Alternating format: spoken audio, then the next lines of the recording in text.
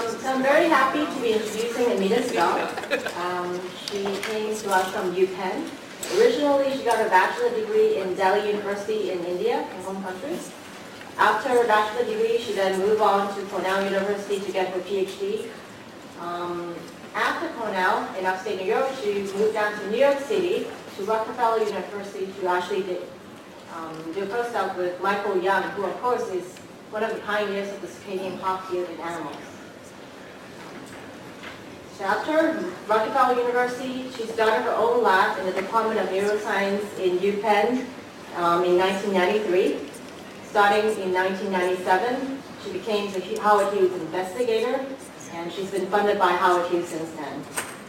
Currently, she's the vice chair of the Department of Neuroscience in UPenn, co-director of the Penn Medicine Neuroscience Center in the School of Medicine there.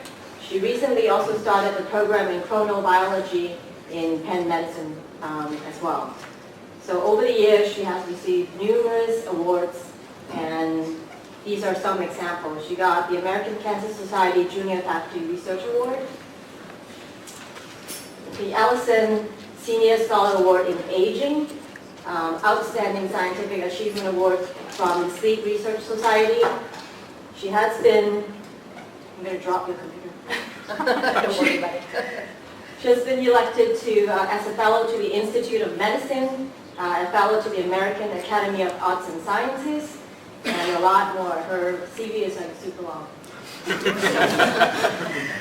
All right. Okay, and in terms of research interests, Amita is interested in dissecting the molecular mechanisms of sleep as well as the circadian clock. And not only that, but she's interested in how these phenomena changes as animals ages.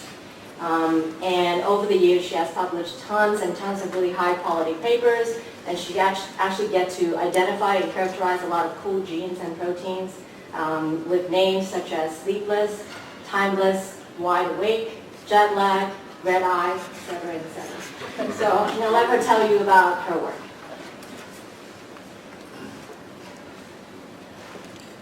Thanks so much, Joanna. I don't use this, right? Okay, all right, and everybody can hear me with these other things. Okay, good.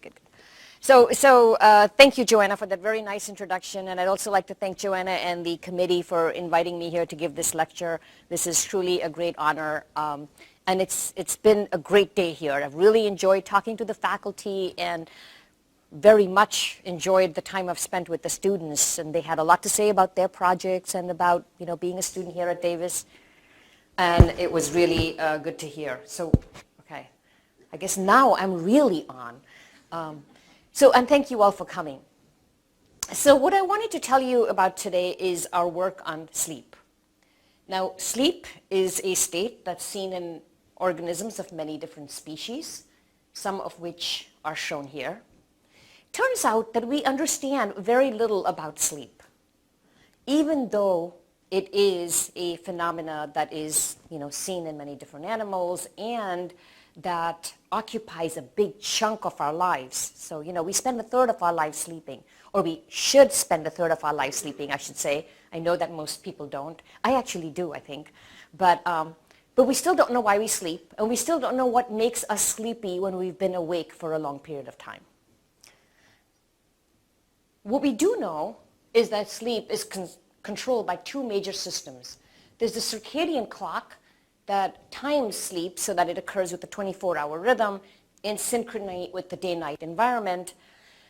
But the circadian clock is not responsible for the existence of a sleep state. If you had no clock, you would still sleep. It would just occur randomly throughout the day without a 24-hour rhythm. So the system that really ensures that we get enough sleep, presumably because sleep serves an essential function, is the homeostatic system.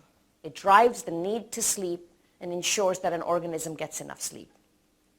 Now, typically these two systems work together to determine when sleep occurs.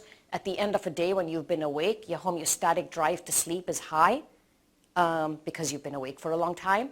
And your circadian clock at that point also is basically, ready to give up promoting wake and let the homeostatic system take over. But sometimes one overrides the other. If you've been up all night, you'll sleep in the morning, even though at that point your clock is telling you to wake up. And so that's the homeostatic system at work. very, very simply, when we're looking at these two controls in an animal, the timing is reflecting the circadian control, and the amount of sleep and the depth of sleep is reflecting homeostatic system. And the model we use for these studies is the fruit fly, Drosophila melanogaster. Now, the fly has been a tremendous model for figuring out the molecular mechanisms of the circadian clock. Joanna mentioned my postdoc mentor, Mike Young. He and Jeff Hall and Michael Rosbach, who were the three people who cloned the first clock gene in Drosophila, are now getting all those big awards out there. The work, molecular biology of circadian rhythms, is now being recognized. So the molecular mechanisms of the clock were first figured out in Drosophila, and they are conserved in mammals. And these genes that were first found in Drosophila as part of the clock are now known to be mutated in human circadian disorders. And then we now also have circuits that underlie the behavioral rhythm of rest activity in Drosophila. So we know that there's a network of clock cells in the brain, and in some work we published just last year, we identified the neurons that act downstream of central clock cells, here's the fly brain, in different parts of the fly brain, and these neurons express different molecules, different peptides to basically drive the rest activity rhythm. So we've begun to even get an understanding of how it is that signals, for time of day signals from the clock cells are transmitted through the brain to produce rhythmic locomotor activity. Now for today's talk, this is where I'm going to leave the circadian stuff. We've been working on this many years. Joanna's done some terrific work on it, and you might have heard about some molecular work in the Drosophila clock. So what I'd like to do today is really switch to the homeostatic system, which is something that we started to develop several years after I had started my own lab at Penn. So the way that this started, this homeostatic system, is, we had been studying circadian rhythms. Oops.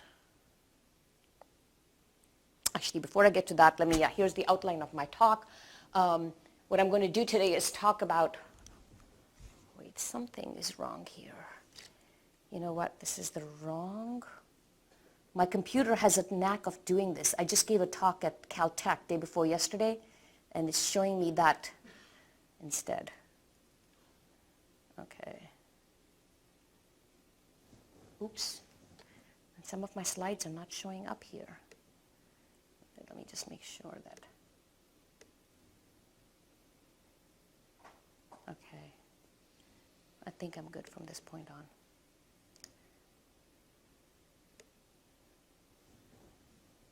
All right, I apologize. My computer has this knack of opening up first the previous file rather than the one that I'm now looking at.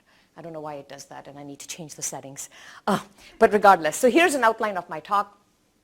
So what I'm going to tell you about is our efforts to develop a Drosophila model for homeostatic regulation of sleep, and touch upon why we might choose to use Drosophila for these studies. I'm going to talk about a function for sleep that we've uncovered in Drosophila, and then get into sleep homeostasis in mammals. So this development of the Drosophila model for sleep started with our circadian studies, where we used to look at rest activity rhythms in the fly, right? And the rest activity rhythm that we were monitoring was basically just as a readout of internal clock function, because what we were interested in was molecular mechanisms of the clock. So this is how we monitor rest activity rhythms in the fly. We put individual flies in glass tubes like the one shown here. We project an infrared beam into the tube. When the fly is active, it marches back and forth in the tube, generating an event that's picked up by a computer. And here's an activity record you get after several days of recording. So each line here is 48 hours, and the shaded areas are activity. And then these are the rest periods that occur at night. So flies are diurnal, they are active during the day, they rest at night.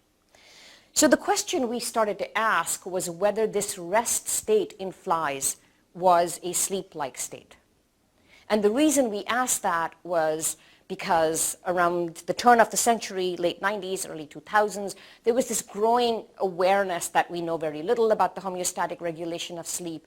It would help to have model organisms for this purpose. And meantime, as I just mentioned to you, the fly had been a great model for figuring out molecular mechanisms of the circadian clock. So we thought, why not homeostatic regulation? So to address whether sleep in the rest state in flies was a homeostatically regulated sleep-like state, Joan Hendricks, who was a sleep researcher, studied sleep apnea in bulldogs, came to my lab to do a sabbatical and basically asked if fly rest meets the criteria for sleep that have been proposed over the years, behavioral criteria. And these were that it be a reversible state of behavioral quiescence, it be consolidated by the circadian clock. These two we knew already from our circadian work, that it be associated with an increased arousal threshold. So what this is referring to is the fact that when we're in a sleep-like state, we're less responsive to sensory stimulation. And that's a hallmark of sleep. So the question is fly rest associated with increased arousal threshold? And the answer is it is. And is it regulated by homeostatic mechanisms? So in other words, I said, if you sleep at night, if you are up at night, you'll sleep in the morning. Do flies do that? And in fact, they do. And that is actually indicated by this video here, where you're looking at two bottles of flies. The ones on the right are control flies that slept at night. This video was taken in the morning. And the ones on the left were deprived of sleep at night. And I assure you they're not dead. Okay? They are undergoing their sleep rebound. And so a couple of hours after this, they wake up and they're as active as these guys here. And you can quantify this response. So those are really the only criteria we needed to address to show that fly rest was a sleep-like state. But we noticed that there were additional features of Drosophila rest that are reminiscent of human sleep. So there are age-specific and gender-specific patterns. The sleep-wake cycle breaks down with age. You lose the rhythm, just like you do in humans. There are differences between genders. I'll give you an example of that later. It is correlated with electrophysiological and molecular changes. Now, we cannot routinely use electrophysiology in the fly to monitor sleep, but we know that the state is associated with such changes. And finally, fly sleep is responsive to all the drugs that affect human sleep. And here are some of the ones we've tested. And I'll show you data now for this drug called modafinil. And so modafinil, or Provigil, may be familiar to some of you. It's actually a very widely used, abused perhaps, drug out there these days. It promotes wakefulness. And unlike caffeine, it doesn't, it's not a stimulant to the same extent. It doesn't produce a big rebound afterwards. But yeah, it maintains wakefulness, and it does the same thing in Drosophila. So here are those activity records like the kind I showed you before. So these three flies, these are three separate flies up on top, that were kept on modafinil at the beginning of the experiment. At the arrow shown here, the modafinil was removed, and these are three control flies. And what you see here is that the three flies on modafinil were almost constantly active while they were on modafinil. And then when you remove the modafinil, you get back the normal sleep-wake pattern. Okay, so it's a reversible effect. So flies, respond to this drug. Now, at the time that we developed this model for sleep, it was developed, simultaneously by Paul Shaw and Giulio Tononi's lab in San Diego. And now it's been adopted by like dozens of labs worldwide. Just every day I hear of more and more labs working on fly sleep. It's turning out to be a great model. Interestingly, the person who established this in my lab, Joan Hendricks, actually is not doing research anymore. She's moved on to better things. She's now dean of the Penn Vet School. But, she did terrific research before she got there. So I'm going to tell you a couple of things that we know about fly sleep now from work done in several labs, okay? And one of these is that the major neurotransmitters like dopamine, norepinephrine, serotonin, histamine, GABA have very similar effects on fly sleep as they do in mammalian sleep, all right? So GABA is very potently sleep promoting. dopamine is wake promoting. So this is all very well, but the reason that you establish a animal model, in particular an invertebrate model for sleep, is because you want to go beyond what's already known in mammals. You don't just want to say, well, the neurotransmitters that work there also work here. So why is it that what can you do with Drosophila that would get you beyond this?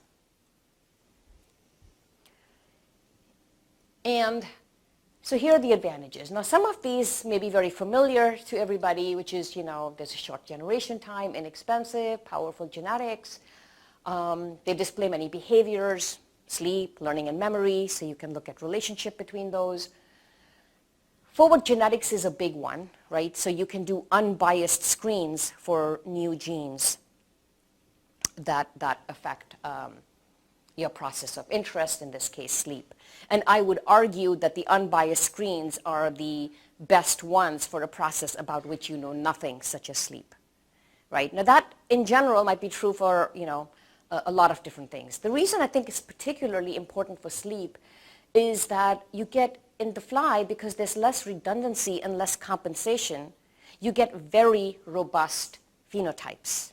I was talking to Stacy Harmer earlier today about plants and how there's a lot of redundancy there, at least as much as mammals.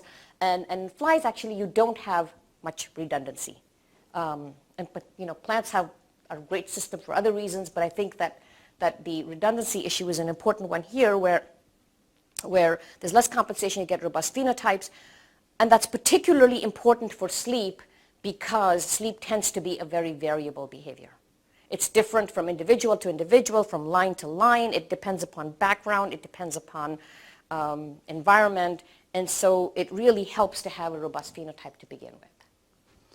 So several sleep mutants have been isolated through forward genetic screens. Here is one that came from my lab that Joanna mentioned. And we called it sleepless for obvious reasons. So now what we're looking at is not activity. We're plotting sleep over a day-night cycle, averaged over a population of flies. And you see here in male flies as well as female, here's the control, and here's the sleepless mutant. So sleep is greatly reduced. Now you'll notice too, this is the gender-specific thing I was referring to, is that males have a huge afternoon siesta, and females not as much. But sleep at all times is reduced in sleepless males and in sleepless females. You can quantify it. It's reduced by about 80%.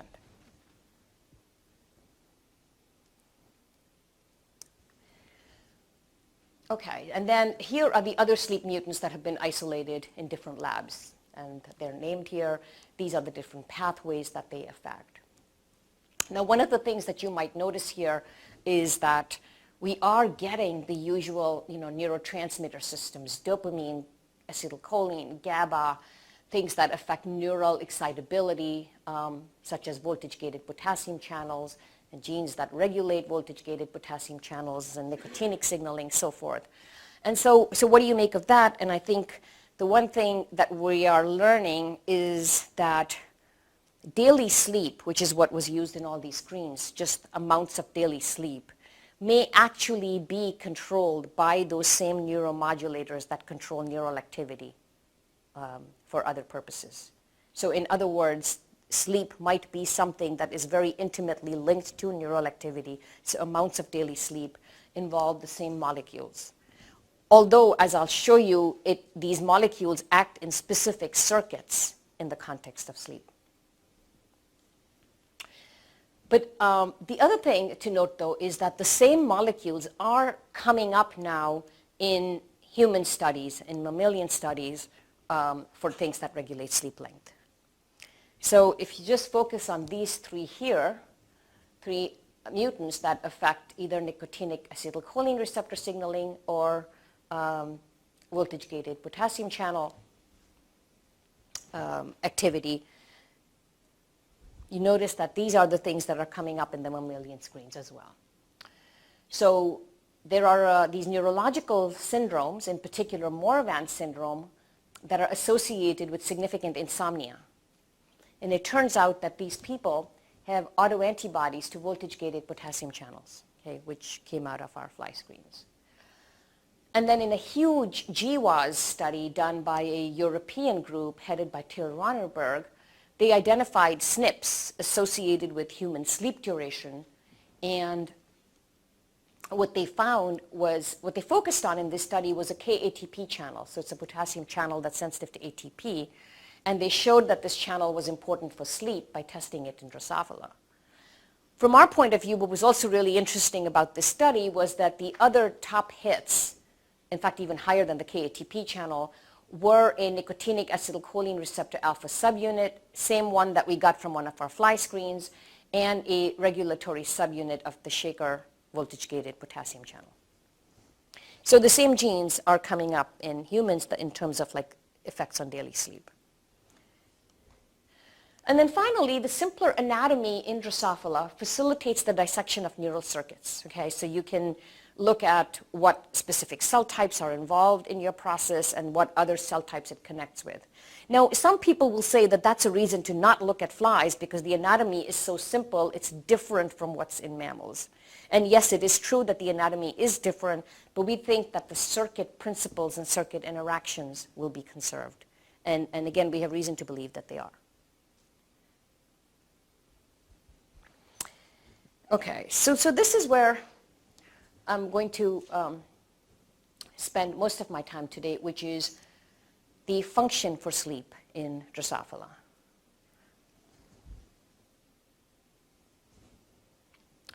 So can we use flies for studies of sleep function? And indeed, it has been used to a certain extent. Paul Shaw's lab in particular has shown that learning and memory occurs during, not learning, but memory consolidation occurs during sleep. Sleep is required for consolidation of memory. This is an idea that's been out there for a long time, and there are now increasing amounts of data coming from multiple organisms, including humans, saying that memory consolidation does occur during sleep. So, I think we've sort of gone from saying that this may be a function of sleep to now being pretty sure that it is one function. The function that we were interested in, though, was one that might occur in early life. So in early life, most organisms sleep a lot. Human infants sleep a lot, young rats sleep a lot, and young flies sleep a lot. And the idea that this early sleep might be important was proposed way back by Bill Dement, the person who discovered REM sleep, one of the fathers of sleep biology. And he noted in this paper in 1966 that shortly after birth, before there's a lot of exogenous stimulation in the CNS, sleep might assist in the maturation and differentiation of the central nervous system. And so we wondered whether we could use a fly model to look at this. Now, up until this point, there is one study that supports such a function for sleep in early life and development of the nervous system, and that is actually from Marcos Frank, who until recently was my colleague at Penn, has now moved. When Marcos was a postdoc in Michael Stryker, he showed that early sleep in cats was important for plasticity in the visual cortex.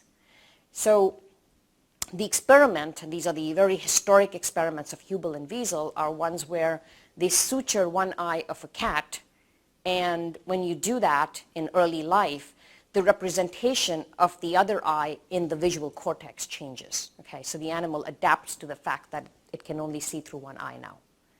And Marcos Frank showed that rearrangement in the cortex required sleep. So that was really the only piece of data suggesting a role for early sleep. So what about in Drosophila? And so this work that I'm going to tell you about was done by Matt Kaiser, a postdoc in the lab. He's actually a physician scientist, a psychiatrist, and his interest in early sleep is related to his interest in psychiatry. He had this idea that disruption of early sleep might make you more susceptible to neuropsychiatric disorders. So he was interested in the role of early sleep in establishing circuits for adult behavior. Now, so flies, young flies, sleep a lot, like I mentioned, and Matt confirmed this. So here, what you're looking at is the sleep graph I showed before, the same type, day 1 flies as compared to day 8 to 10. So when I'm saying young, I'm saying day 1 to 3. Those are the young flies. Okay, they sleep very little, sleep a lot. And so you see here that these flies sleep a lot relative to the mature flies, especially during the day. Not only do they sleep a lot, but they fall asleep faster when lights get turned on and when lights get turned off. So the latency to sleep is reduced. They fall asleep faster. And they have longer duration sleep bouts during the day. However, if you look at their activity at a time when they're active, it's the same. So it's not as though they are less active. They just have increased sleep.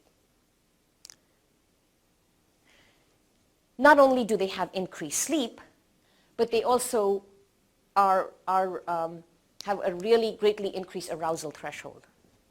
Now, I told you that arousal threshold is a hallmark of sleep. An increased arousal threshold is a hallmark of sleep, so animals are more resistant to sensory stimulation when they're sleeping.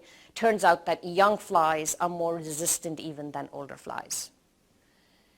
So the sensory stimulus that Matt used in this case was light. So he pulsed flies with 1, 10, or 30 seconds of light in the nighttime.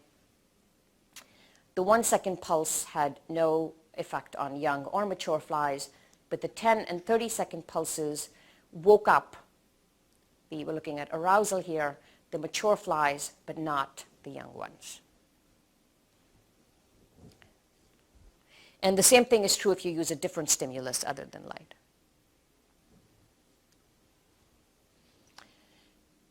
And so as you might imagine, since they're resistant to sensory stimulation, they're also resistant to deprivation. So if you try to deprive them of sleep, they don't lose that much sleep. Okay, they kind of sleep through the depriving stimulus. And so we here use 2 different types of stimulation to wake them up at night. One was shaking them, which is mechanical. The other was to increase temperature. So when you increase temperature, they normally stay awake. And you see here that the percent sleep lost, like mature flies lose almost all of their sleep through mechanical deprivation, and 40 to 50% of their sleep when temperature is raised. Young flies are quite resistant. However, even though they are not losing much sleep, it turns out that they need the sleep so much that they still rebound. So when you look at their sleep the following morning after this period of deprivation, they actually have the same rebound as the mature flies. So even though they lose much less, they kind of make up the same amount.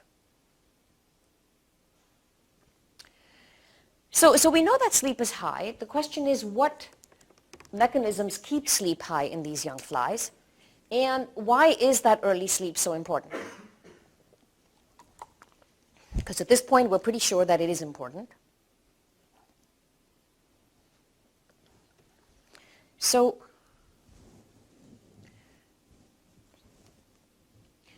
in terms of what keeps the sleep high, it could be an increase in sleep-promoting signals or a decrease in wake-promoting signals, or perhaps both. And so what we first did was to look at the wake-promoting signals. So we know at this point a number of the wake-promoting neurons in the fly brain. And we targeted those neurons to increase their activity. And the way we did this was to use this TRPA channel, which activates neurons. TRPA is expressed under control of a UAS sequence that's recognized by the yeast transcription factor GAL4. And by expressing GAL4 under different promoters, you can drive its expression in different neurons. So what we did was express GAL4 in different wake-promoting neurons and asked which ones could be used to activate TRPA and thereby activate neuronal activity and wake up the young flies. So the question is, where does TRPA1 mediated activation overcome the high sleep need in young flies?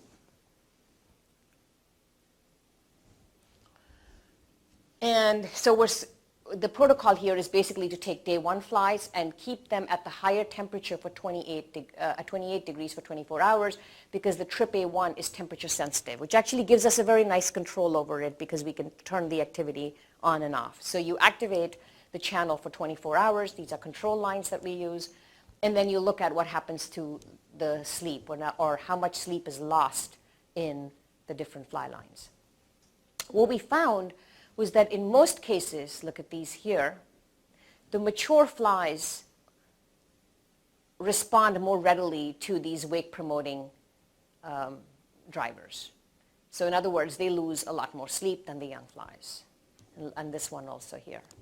There was one driver, one GAL4 promoter construct, that actually showed a greater amount of wake-up signal or sleep lost in young flies. And this one was it stood out just from all of the others as having a big wake-promoting effect in young flies. And this one turns out to be expressed in neurons that express tyrosine hydroxylase. So these are neurons that express dopamine in the fly brain. So based on this, we speculated that the TH neurons, or the dopaminergic neurons, might have reduced activity when young and significant activity when they're old. Now, dopamine is a wake-promoting signal, and mature flies are more of the time awake, maybe because there's high activity here, and these flies have low activity, and so they spend more of their time sleeping. So when you activate these neurons, in mature flies, you have a small effect because it's already tilted in the direction of wake. In the young flies, you have this huge effect because there's a lot of room to grow. Now, if this is true, then you would predict that if you silence the young neurons, if you silence the young neurons, and there's another transgene we can use for it, a similar temperature-sensitive transgene, Shibiri, which can silence neurons. So the prediction here is, since activity here is already low, when you silence these neurons, there's going to be less of an effect than in mature flies where they're very active. And that indeed is what we found. So if you inhibit these neurons if you silence them with Shibiri, and again with the temperature shift here for one whole day, you see that the sleep gained in young flies is much less than in the mature flies. And of course, our first response when we saw this was, okay, there's a ceiling effect. Because these flies already have so much high sleep, you can't increase it anymore. But that's not true because a different manipulation can give you increases in both young and mature. And then we actually measured dopamine in fly brains using HPLC, and we found that the levels in the young flies are lower. So what I've told you so far is that young flies have increased and deeper sleep, and that this is due to a population, due to dopaminergic neurons. Because if you activate dopaminergic neurons, then you can overcome this high sleep in young flies. So this led to the idea that maybe these dopaminergic neurons are hypoactive in young flies. They're less active. Now, of course, the fact that you can activate them and decrease sleep says that the circuits that respond to the dopaminergic neurons must be fully developed. Now, I haven't shown you data for this, but if you remove dopamine from the fly brain, you see less of an effect in young flies because they have less dopamine to begin with. Okay, so there's less of they rely less on the system. And there's less dopamine in brains of young flies.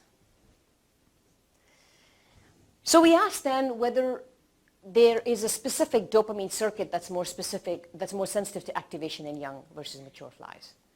Now, there are dopaminergic signals that neurons that promote wake directly. There are other dopaminergic neurons that promote wake by inhibiting the activity of sleep-promoting cells. And one such sleep-promoting system is the dorsal fan-shaped body. So this was shown by Paul Shaw's lab. What you're looking at here is a Drosophila head with the compound eye on either side, and here are the different structures of the brain overlaid on top. And what's circled here in red, in the box, is the red structure, is the dorsal fan-shaped body. And that is a sleep-promoting structure. And it turns out that it normally promotes sleep, but its activity is regulated by dopaminergic input, and specifically a specific population of dopamine cells, the PPL1s, this is a fly brain shown here, that projects to this body and inhibits its activity. Now, the effect of this dopaminergic input to the fan-shaped body was shown by the labs of Mark Wu and Kazuhiko Kume. And Mark Wu's lab generated dopaminergic drivers that had more restricted expression patterns. So they could actually target specific populations of dopaminergic neurons. And that is what we were interested in determining, is there a specific population that accounts for the early sleep. And so we got these different drivers, and I'm showing you data from just 3 of them here. So basically what we did was take these different drivers that are now targeting specific subpopulations of dopaminergic neurons and activating them with that same TRPA channel.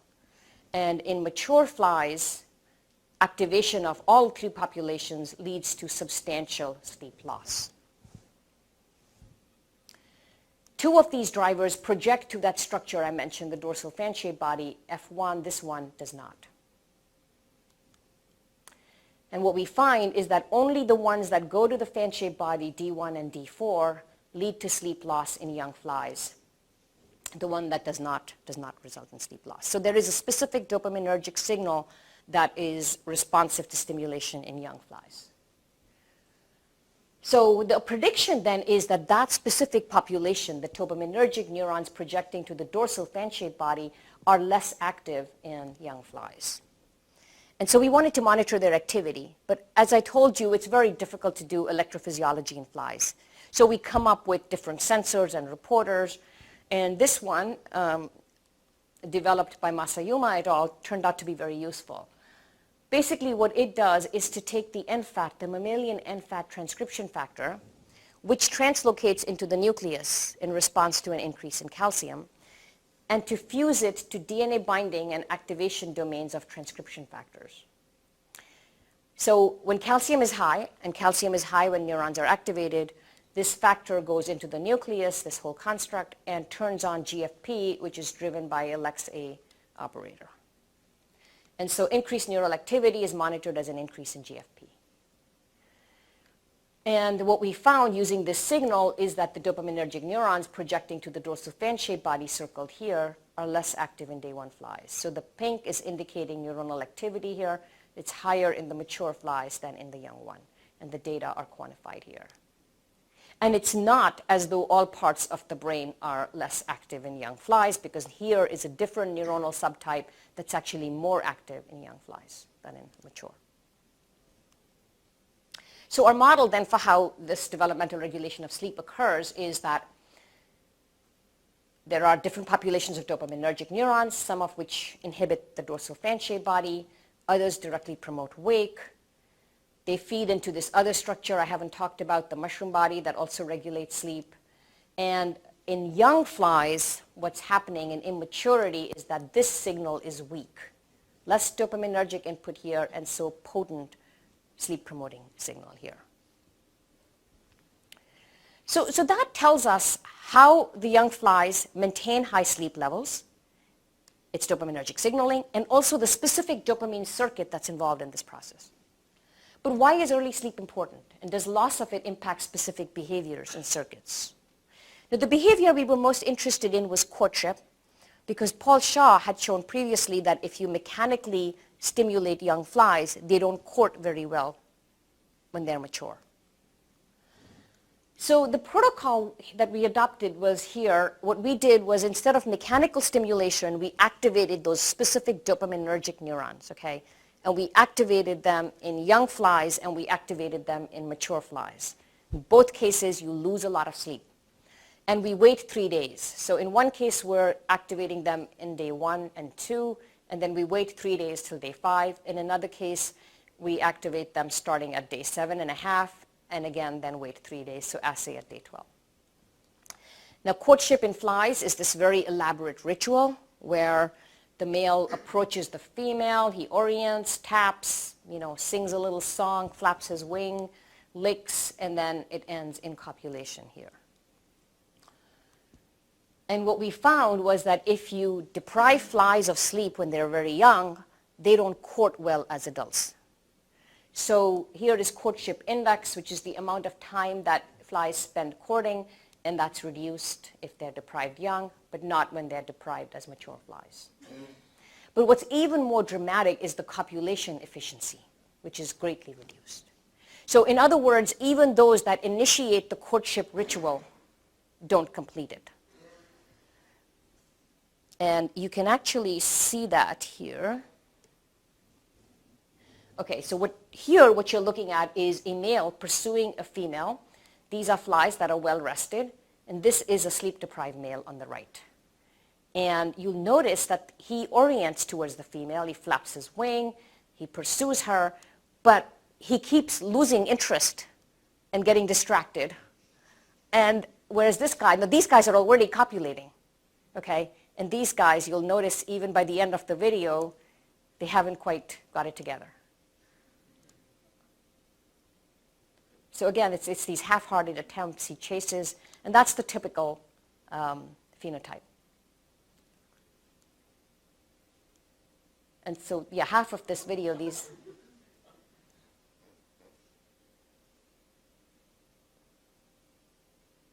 Okay, this is going to end soon, but...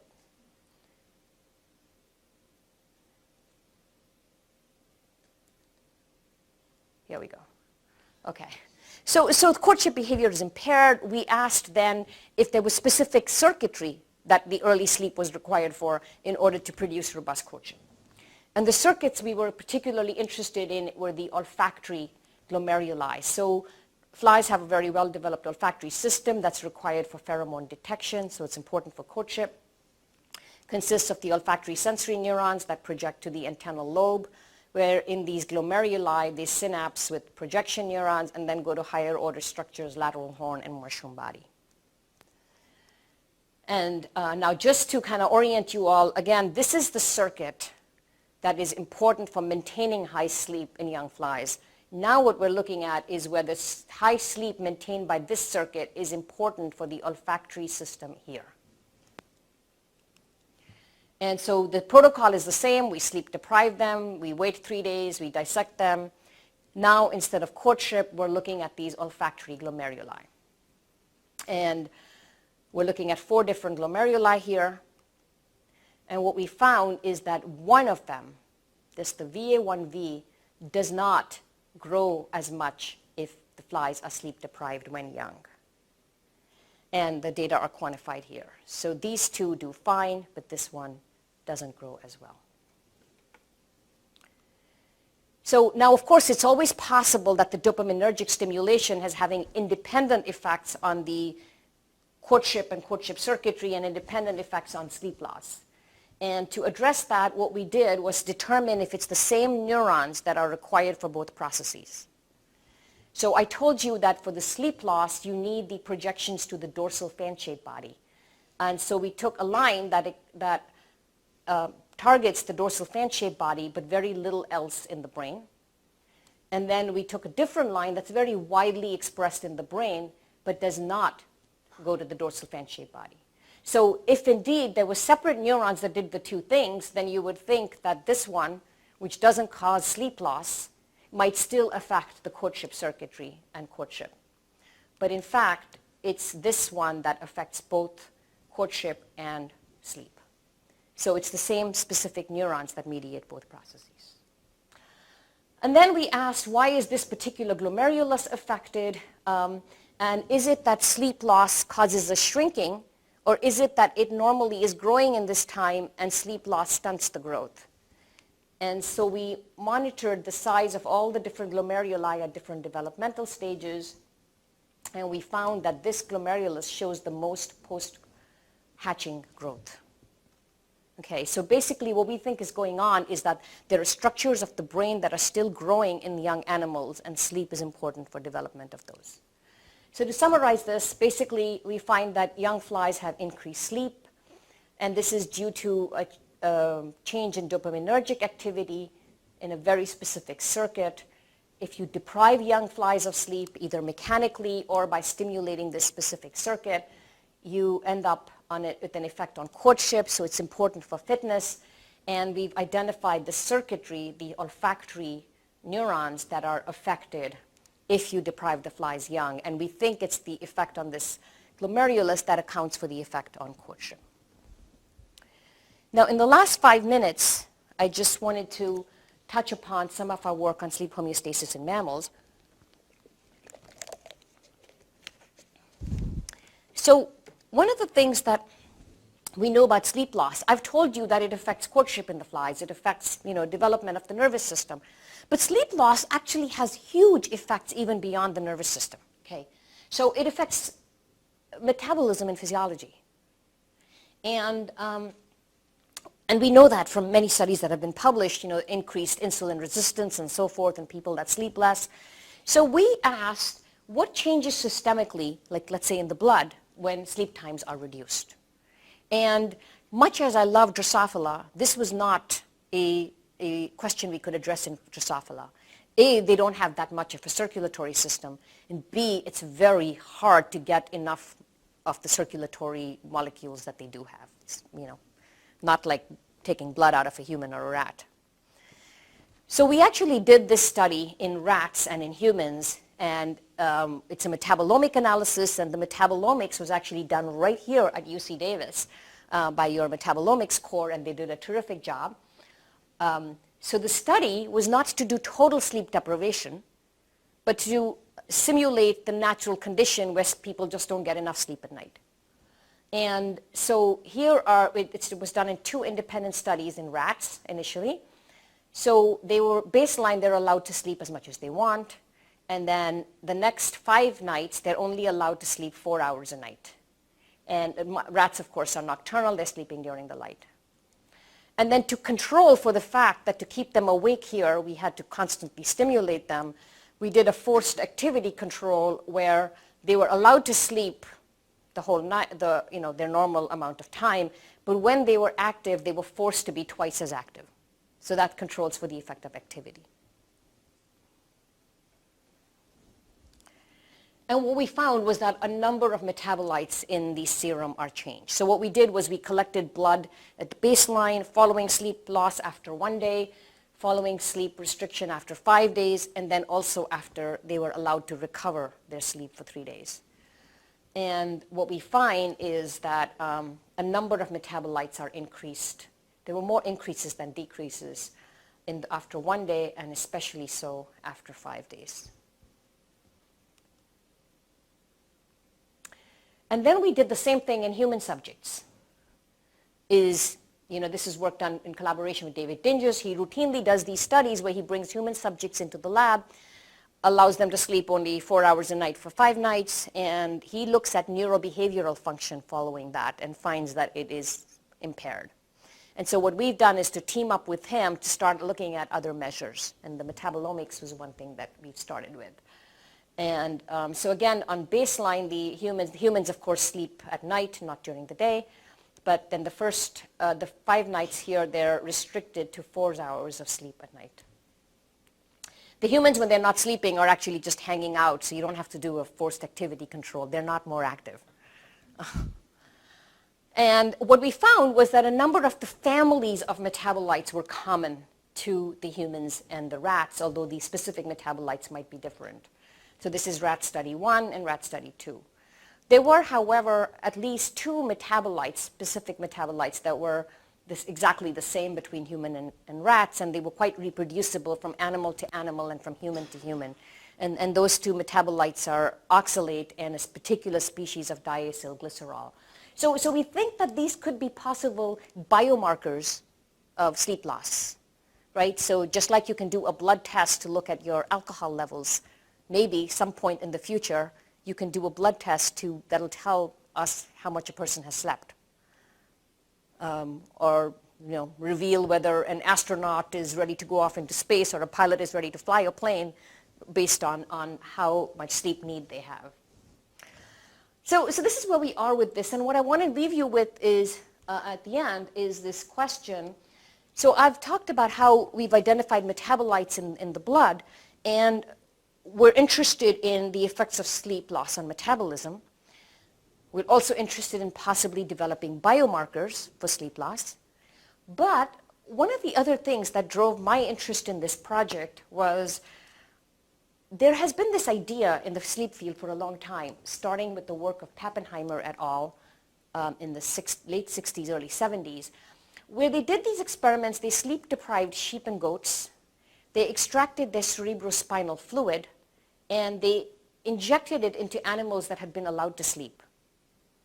and the injected animals became sleepy. So that led to the idea that when you've been awake for a long period of time, something builds up in your brain, that is circulating factor, that makes you sleepy. And there is some reason to believe at this point that some sleep-promoting molecules also build up in the blood. And so the hope is that maybe some of these molecules that we're finding will actually not just be biomarkers, but perhaps be promoting the need to sleep, like increasing sleepiness in individuals. So what we're doing now is manipulating those pharmacologically and genetically to determine if that is the case. And then finally, I'd like to acknowledge the people who actually did the work. So all of the work on early sleep was done by a postdoc, Matt Kaiser, with help from a senior research specialist, Shifeng Yu. Matt was also involved in the metabolomics project, but as you can imagine, the metabolomics project required a huge team that I assembled. So Alim Welje is the metabolomics expert at Penn, and the rat samples were provided to us by Peter Mierlo, and the human samples by Namni Goel and David Dinges, and Ted Abel and Arjun Sengupta were collaborators. And yes, I should have put it on the slide. The metabolomics was done right here at UC Davis. And I'll stop and be happy to take questions. Thank you.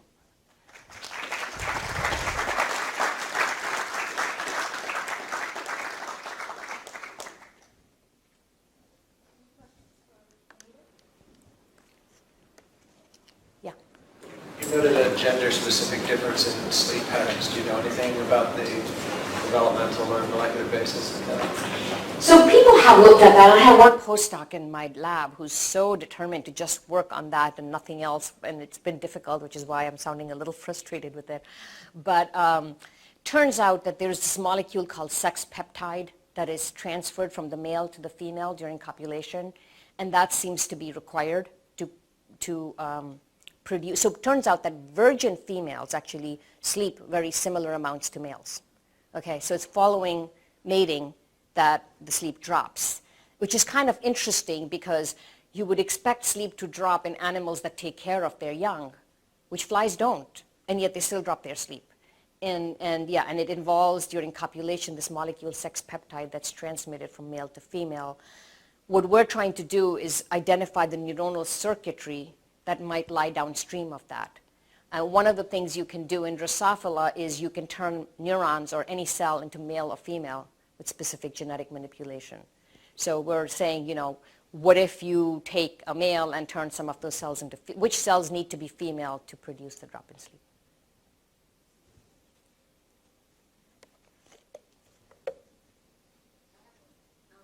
Have you started looking at learning and memory and how that actually is affected by sleep loss? So we have started to look at learning and memory, and very preliminarily, it does affect memory retention.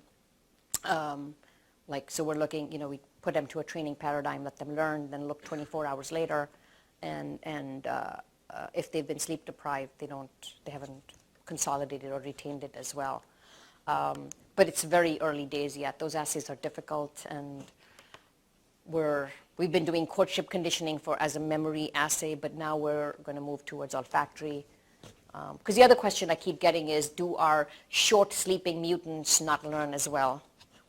Or not, consolidate memory as well? And we think that's probably true, but we don't have the answer yet. Yeah?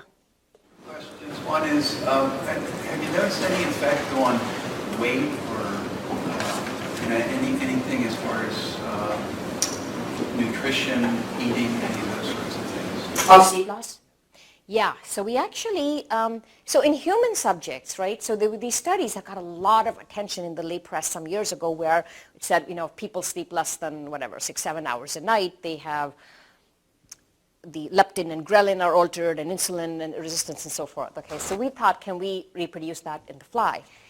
And so what we did was we deprived them of sleep, and we saw over several nights, and we saw an increase in triglycerides. And we thought, aha, there is a similar effect. But then we thought, we need to do the control. So what if you provide the same stimulation at a time of day when they wouldn't be sleeping? Was it the stimulation or was it the sleep loss? And it actually was the stimulation. So when we stimulated them during the day, we got the same effect on triglycerides. So we think that it actually isn't sleep loss, it is a stress response, that the increase in stress promotes triglycerides. Now, having said that, I actually don't know that in the human studies they can exclude stress as a factor. Presumably the people who are sleeping less at night are more stressed, and maybe that's why they have the more obesity and, Yeah. The question was that aside from Dusakla, the other animal model that you're using is a nocturnal animal. Yeah. I was just wondering, this is a naive question, but just could you comment on how that could impact on, moving that model forward and the findings that you may have, comparing How we could move the rat forward? what the complications are there, how you might deal with that. It just seems like having humans and flies that are diurnal and then a nocturnal animal, there must be some confounding factors that you... If you were saying that flies are a better model because they're diurnal like humans, I am delighted to hear that. Because that's, I am so with you, but most people out there think the mammal is the better model, even though it's got this reverse cycle. So I think it depends on what you're looking at. But so certainly for molecular mechanisms of the clock, it's fine. I think that when we're looking at sleep per se, just homeostatic regulation, it's okay. But yes, if you start getting into the area of interaction of light with clocks and how that drives activity, then it's very different. Because in flies, light promotes activity as it does in humans, but in rodents, it suppresses locomotor activity. So those things one has to be pretty careful about. The idea of developing biomarkers for sleep loss, maybe this is more of a comment than a question, but I was just realizing some of the things that would make possible. And, like in humans with clinical insomnia, there's sleep deprivation and, the fatigue and like cognitive deficits and stuff, but not necessarily as strong of a rebound sleepiness as one would expect in that condition. And so it's sort of a really interesting question. How does the sleep deprivation get separated from, what should happen, rebound sleepiness and sleep in that condition? So it seems like maybe there would be potential in the future when there are these biomarkers to figure out what's physiologically different between, the person who has the rebound sleepiness and That's a great point. And so, so what you're sort of getting at, and correct me if I'm wrong, is that there are two reasons why a person or an animal might not sleep. And one is that they have no sleep need. The other is that they have sleep need but are unable to fall asleep. There's some mechanism that's messed up there. And the first is sort of like our dream mutant, right? When drug companies or the Army or the Air Force says to us, when we send our soldiers overseas, they're sleep deprived, can we give them a drug that would, do away with the need for sleep? If we had a mutant that didn't have need for sleep, that would help us get at what those molecules are, right? So that would be the dream thing. I think that most of the mutants we have actually do have need for sleep, but are unable to fall asleep. So they are genetic models for sleep loss. Now the humans you're mentioning, so right, so what I was going to say, and you said it yourself very nicely, is when they're not rebounding, are they not rebounding because they have no sleep need, or again, because they can't mount a rebound response? So if you look at these biomarkers, then we're predicting that the biomarkers are indicating sleepiness. So if they have sleep need but are unable to rebound, the biomarkers should be high. Right? Does that make sense? Yeah. And we're actually now starting to look at that. So David Dinges, when he did these sleep restriction studies and looked at neurobehavioral impairment, he found that humans fell into 3 categories based upon their need for sleep. So he just called them type 1, type 2, and type 3. This is published. And basically, one group actually does very well on neurobehavioral tests when they're sleep restricted and others don't. And so sleep need is different from individual to individual. And so what we're hoping to do is, look at these type 1, type 2, type 3 subjects and see what's happening to our biomarkers, because we hope that they correlate with sleepiness and not, But this whole thing about do we have, there are a lot of people who tell you that they only need to sleep 4 hours a night. And they're deceiving themselves and everybody else because they're crashing on weekends. And so there you'd expect to find the biomarkers high, but yeah. So when you were looking at the effect of sleep deprivation on the glomerulus, were you seeing the same effect on the glomerulus in males and females? It was just that males need that during courtship? Or were the effects on the actual growth of that part of the brain different? Yeah, that's a good question. Did we look at females? I wouldn't want to be quoted on this, but I think we did look at females, and it was affected, but it doesn't factor into the courtship paradigm because, the fly courtship is almost entirely a male phenomenon. So sleep-deprived females are still receptive. Yeah.